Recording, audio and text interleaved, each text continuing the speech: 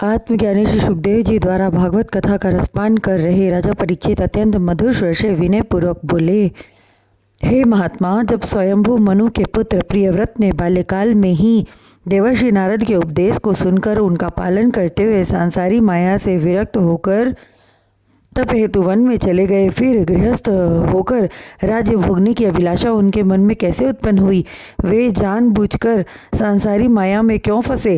राजा परीक्षित के वचन सुनकर श्री सुखदेव जी बोले, हे राजा परीक्षित, आप स्वयं ज्ञानी हैं, आपने अति उत्तम प्रश्न मुझसे किया है, अतः जो मैं आपको बतलाता हूँ उसे ध्यान से सुनिए।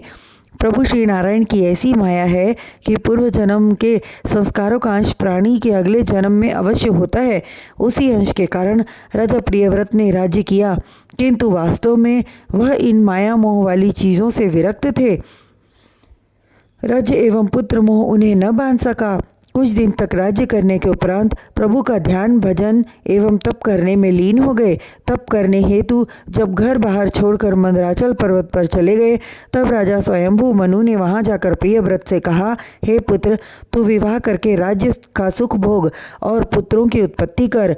यह सुनकर राजा प्रियव्रत कहने लगे, हे पिताश्री, विवाह और संतान माया के दो ऐसे रूप हैं जिनके मोह में फंसकर जीव नरकगामी होता है। मुझे प्रभु के चरणों की चाह है, सांसारिक सुखों को प्राप्त करने की इच्छा नहीं है। जिस समय राजा प्रियव्रत और स्वयंभू मनु के बीच वार्ता हो रही थी, उसी समय हंस पर सवार होकर सनकादिक ऋषियों सहित पितामह ब्रह्मा जी पधारे। उनके आगमन को देखकर स्वयंभू मनु अति प्रसन्न हुए और दंडवत प्रणाम कर सत्कार किया। तब ब्रह्मा जी बोले, हे प्रियव्रत, राज्य करना क्षत्रिय धर्म है और इसका पालन करने के लिए स्वयं नारायण जी ने आदेश दिया है, तथा उनके आज्ञानुसार विवाह करके जीवों की वृद्धि करो। श्री हरि नारायण ने हर प्रकार के प्राणियों के लिए अलग अलग कार्य निर्धारित किया है। उस प्राणी को वही कार्य करना होता है जो प्रभु चाहते हैं। हे प्रियव्रत, गृहस्थ आश्रम बुरा नहीं है।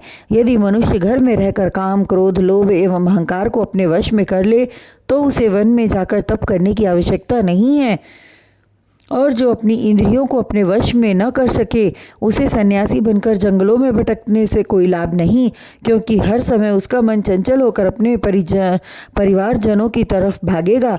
अतः प्रभु का ध्यान भजन कर पाना असंभव है, तथा जब ध्यान भजन नहीं हो सकेगा तो प्रभु का दर्शन पाना दुर्लभ है।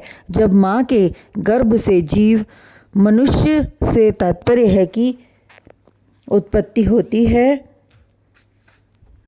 उसी समय उसके तन पर 3 प्रकार के ऋणों, कर्ज का भार लद जाता है, देव ऋण, पितृ ऋण और ऋषि ऋण। इन ऋणों से उऋण होने के पश्चात ही मनुष्य को वैराग्य धारण करना चाहिए। ब्रह्मा जी द्वारा इस प्रकार का उपदेश पाकर राजा प्रियव्रत ने राज्य करना स्वीकार किया। तब ब्रह्मा जी एवं स्वयंभू मनु ने ले जाकर बहिष्मतिपुरी के राज्य सिंहासन पर बैठाया और प्रियव्रत को आशीर्वाद प्रदान कर अपने स्थान को चले गए।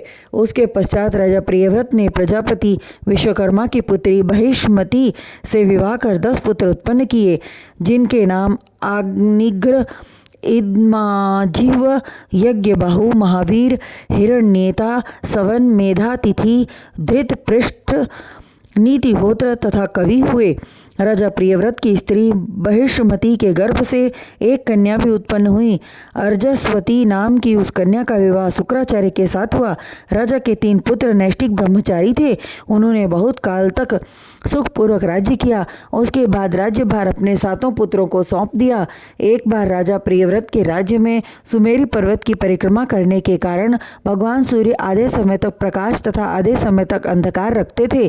कदाचित यह बात राजा प्रियव्रत को पसंद न आई, अतः रात्रि काल को दिन करने के उद्देश्य से सूर्य देव के अस्त होने के बाद स्वयं रथ पर सवार होकर पृथ्वी पर प्रकाश करते। इस तरह उनके राज्य में कभी अंधेरा नहीं होता था। रथ के पहियों के घूमने से पृथ्वी पर 7 समुद्र एवं 7 द्वीप बन गए। पहला जम्बू द्वीप, इसी द्वीप में भरतखंड आदि हैं। इसके चारों ओर खारे पानी का समुद्र है जो लाख योजन के घेरे में है। दूसरा पाकर द्वीप है जो 2 लाख योजन के घेरे में है, उसके चारों ओर मीठे पानी का समुद्र है। तीसरा शालमली द्वीप है और यह 4-4 लाख योजन के घेरे में है, उसके चारों ओर मदिरा का समुद्र है। चौथा कुशद द्वीप 8 योजन के घेरे में घी के समुद्र में घिरा है। 5वें द्वीप को क्रौंच द्वीप कहते हैं, उसका विस्तार 16 लाख योजन है और दूध के समुद्र ने उसे चारों ओर से घेरा है। छठा द्वीप है शाक द्वीप जो 32 लाख योजन के घेरे में है, उसके चारों तरफ छाछ मट्ठा का समुद्र है। और 7वें द्वीप का नाम पुष्कर द्वीप है जो 64 लाख योजन के घेरे में है और मीठे जल के समुद्र से घिरा है। राजा प्रियव्रत ने अपने 7 पुत्रों को एक एक द्वीप बांट दिया और अपनी अर्जास्वती नाम की कन्या का विवाह शुक्राचार्य जी से कर दिया, जिसके गर्भ से देवयानी की उत्पत्ति हुई। जब सुखदेव जी राजा परीक्षित से